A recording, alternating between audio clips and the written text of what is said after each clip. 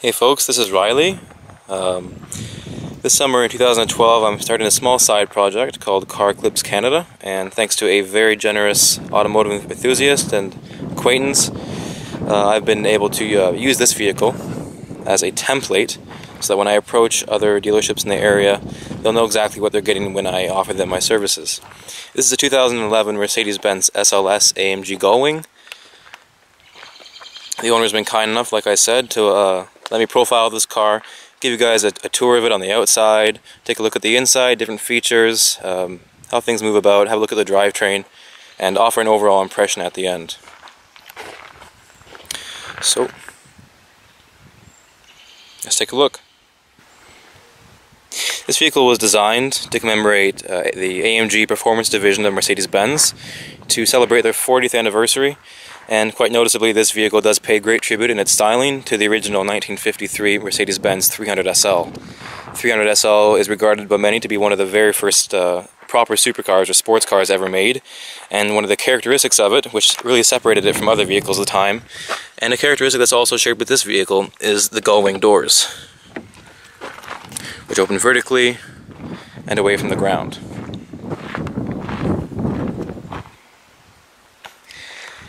One of the things that's been noted as a safety risk is, should the car ever roll, these doors would be unable to, well, passengers would be unable to open and get out.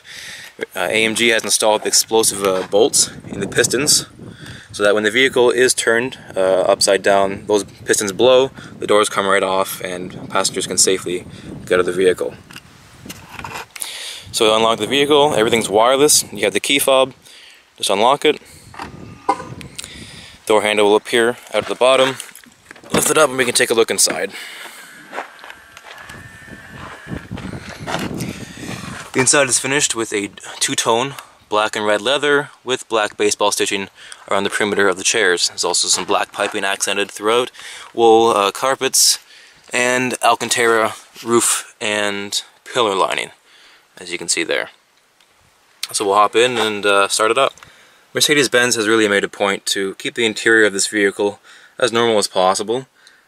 Normal for Mercedes-Benz still means everything is quite technologically advanced. There's a high degree of luxury in here, even given the sporty nature of the car itself.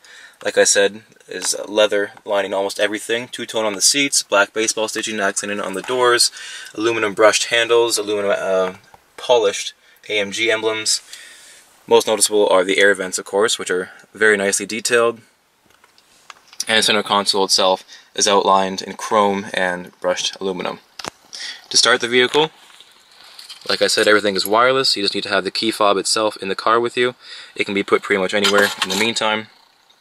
And to start the vehicle, first things first, put on the brake, and there's a little red button right there with an arrow going in a circle indicating to turn the engine over. So we'll hit that.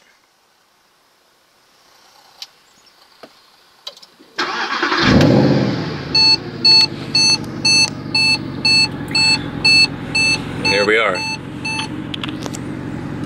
The engine sound itself is very impressive. Vibrations, you can really feel it in the back of the seat. We'll take a look at the engine a little more, and of course an exhaust clip later in this video. Give you an idea of what the tachometer is like here. Let's take a look.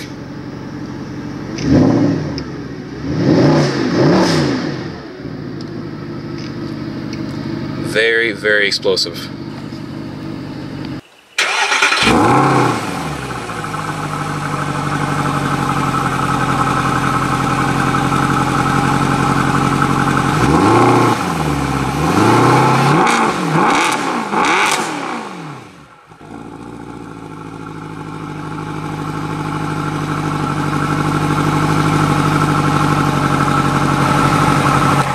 Okay, and lucky for me, the owner has also brought along his S-Class, and we'll take a better in-depth look at that vehicle as well. But while we have the car running here, we'll take a look at the SLS engine, and I'll tell you a little bit about this. The engine is a V8, 6.2 liters of displacement, and it's naturally aspirated. The engine block and all the internals are fully forged, including the pistons and head gasket. This vehicle is naturally aspirated, meaning there is no assistance of forced induction by turbochargers or superchargers. Everything is engineered. The engine itself produces almost 500 foot-pounds of torque and 570 horsepower. In a vehicle this small and this light, that is a lot, really a lot.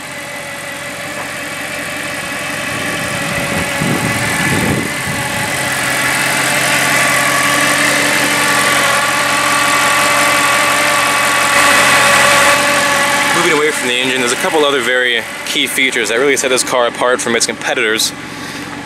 The gearbox itself is located at the back, the transmission is right behind those wheels, and the rationale for doing that is to better balance the weight of the car.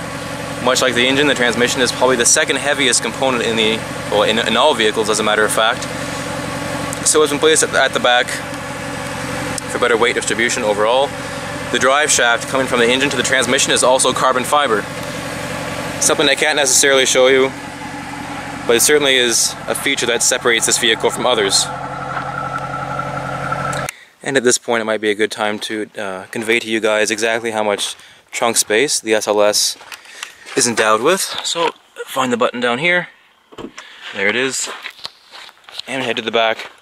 And most notably, the engineers at AMG made the point of saying that potential customers are going to want to be able to put a bag of golf clubs back there. And it looks like they did a good job of making sure there's plenty of room to accommodate such an item. It is all lined again with lightweight Alcantara all along the back wall and the floor. Very nice.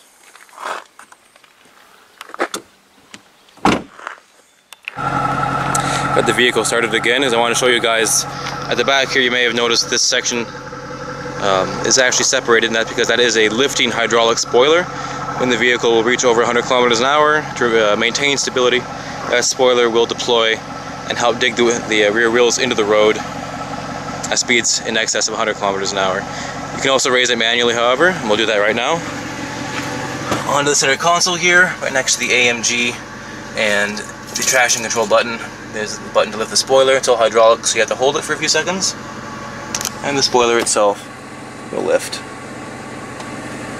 Take a look at the back again, and there it is.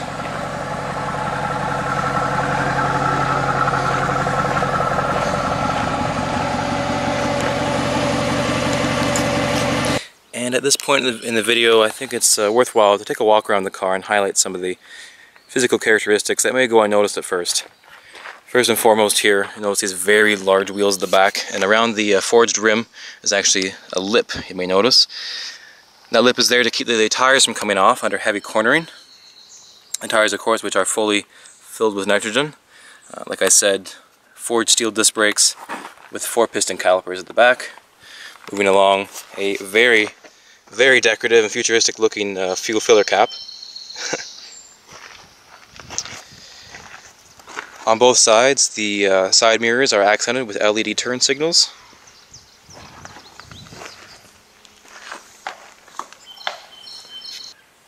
And then coming back up to the side gills here.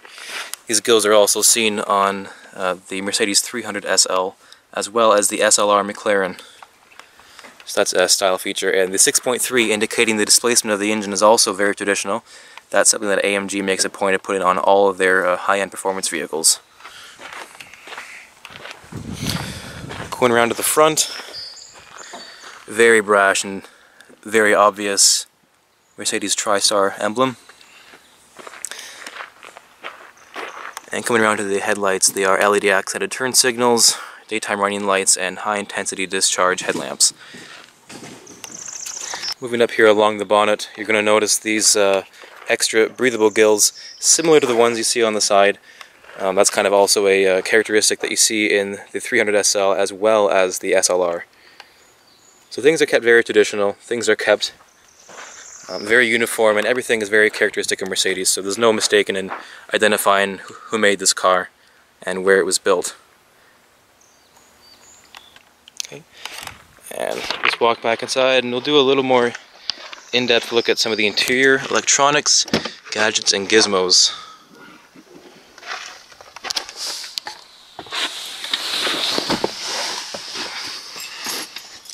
So again, the trip computer is always reminding you to never forget your key, because without this the car will not start, so as I suppose is the case in most vehicles.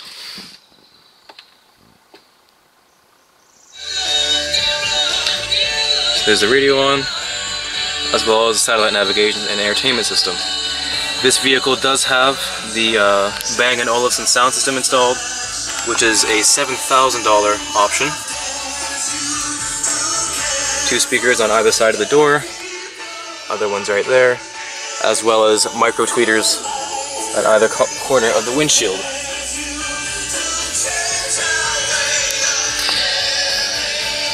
The AMG drive system, let me just turn the radio off here. Another very interesting feature is that both seats on the passenger and driver's side are installed with inflatable balloons. So there's a little button arrangement down here, hydraulically operated. You press this button and you may notice that the side bolstering extensions are now inflating to better secure and accommodate a passenger, whatever their proportion may be. Similar adjustments are apparent. The seat is fully adjustable and electric, moving back and forth. And similar options for the driver's side are also located in the same place. Take a look at some of the gadgets along the way. First, at the back against the firewall is the storage compartment here, which is leather, a small compartment for storage, as well as the larger sliding storage compartment, which has 2 cup holders and is also lined with lightweight Alcantara. Very nice. Moving along, the center console is fully finished in polished chrome and brushed aluminum, with 5 driver aid buttons on the driver's side of the vehicle. The 5 driver aid buttons serve different purposes, obviously. The AMG button kind of acts as an automatic sport button. I've already demonstrated the button which raises and lowers the hydraulic spoiler at the back of the car. That's a button to turn off the traction control, which probably isn't used all that often, as well as, most importantly, the button to, we'll call it the ignition button, to turn over and to stop the engine. This knob sitting atop the other 4 already mentioned is the dial which selects the different driving modes. There is Comfort, Sport, Sport Plus, as well as Manual. Reverse and neutral and drive is all controlled through this center stick right here. It's full electronic. This vehicle is not available with a manual stick shift. Everything is automated. The shifting is done through the sequential gearbox, and it's done very quickly. It's all electronic. There's a paddle for shifting up and for shifting down located behind the steering wheel. If we go into the computer here, we'll notice that it's on the radio right now. The radio station can be adjusted using the center knob right here to go up and down different channels and act as a general interface, almost like a mouse for controlling the computer system in the car. The car, of course, comes with dual zone climate control, hot and cold, both sides. Passenger or driver can choose their own to their liking, as well as a built-in telephone with Bluetooth and all the other necessary buttons to control the computer as well. We take a look at the navigation system and just see what that's like. Okay, so I have the navigation system up, and thankfully it doesn't show the current address I'm at. But like I said, everything else is controlled through this knob down here, which acts as a mouse. So going to the side, shifting to the side like that, things will move to the side, and the same as for the left, as well as going up, shifting around.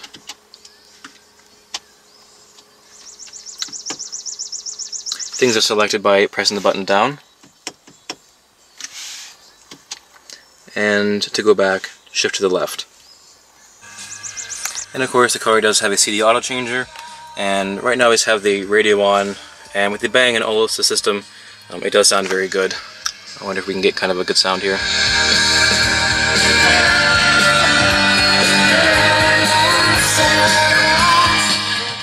I guess that's a good point to actually highlight where the subwoofers are, located on each door, actually rather in the footwell by the passenger feet. There we go. And a similar one is on the driver's side as well. And I think the last thing I want to highlight is just the gauge system here, indicating speed, and the tachometer, of course, as well as the trip computer. Kind of try and start it up here by pressing this button without turning on the car.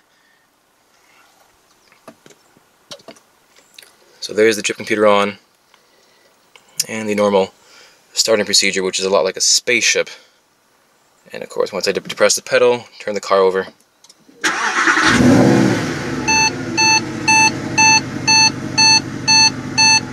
So here's the idle, very low with a naturally aspirated engine, possibly around 800 RPMs, indicating the oil pressure as well, and about a half a tank of fuel.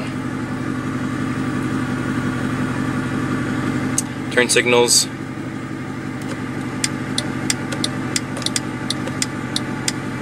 As well as the four-ways.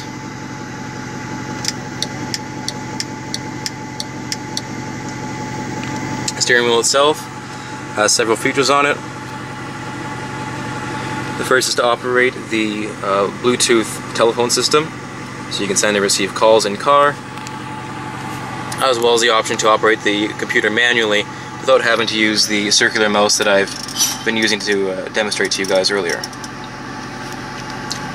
Maybe just take a step out and take one last look at the outside of the car.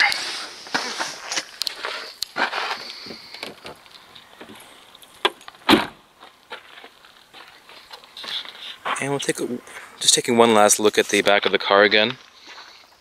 The rear lamps are very subtle, nothing too ostentatious there, full LED turn signals.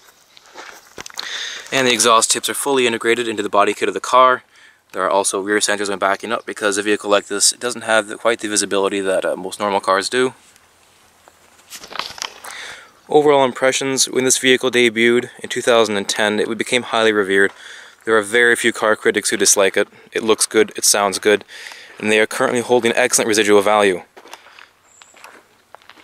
It may be even worthwhile speculating that this car will become a classic in the future, much like its predecessor, the 300 SL, which is now worth nearly $1 million.